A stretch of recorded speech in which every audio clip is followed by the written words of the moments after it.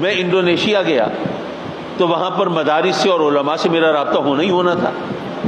تو میں نے وہاں پر پوچھا وہاں کے علماء سے کہ بھئی ہم سنتے ہیں نا جیسے کہ فلاں علاقے کے اندر، جیسے انڈیا کے اندر جی محمد بن قاسم آیا، وہ محمود غزنوی آیا، وہ شہاب الدین غوری آیا، تو یہ لوگ آئے، انہوں نے جناب علاقے فتح کیے اور پھر انہوں نے اسلام کی تبلیغ کی. تو اس علاقے کے اندر کون سی مسلم آرمی آئی تھی، کون سی افواج آئی تھی، کون لوگ آئے تھے؟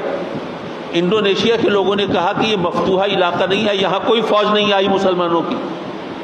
میں حیران پریشان.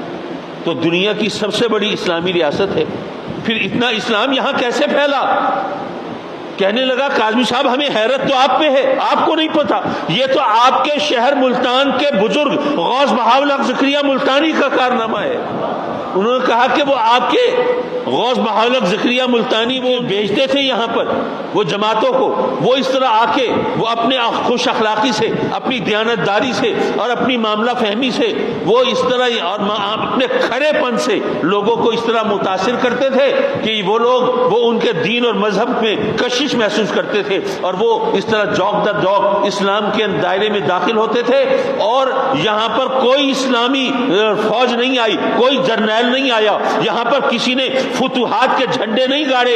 ارے یہ ملتان کے غوث کا کارنامہ ہے. اور کہنے لگے کہ ہم نے سنا ہے آپ بغداد کے غوث کو بہت مانتے ہیں، یقیناً ان کی بہت بڑی ہستی ہوگی، لیکن ہم ملتان کے غوث کو اس لیے زیادہ مانتے ہیں کہ ہمیں تو ایمان بھی ان کے صدقے میں ملا. حضرات محترم، انہوں نے بتایا کہ جاوا، سماترا، انڈونیشیا، یہ سارا اس علاقہ جو اسلامی بیلٹ ہے یہاں پر سارا اسلام پھیلا ہے تو حضور غوث بہاءالحق زکریا ملتانی کی کوششوں اور کاوشوں سے.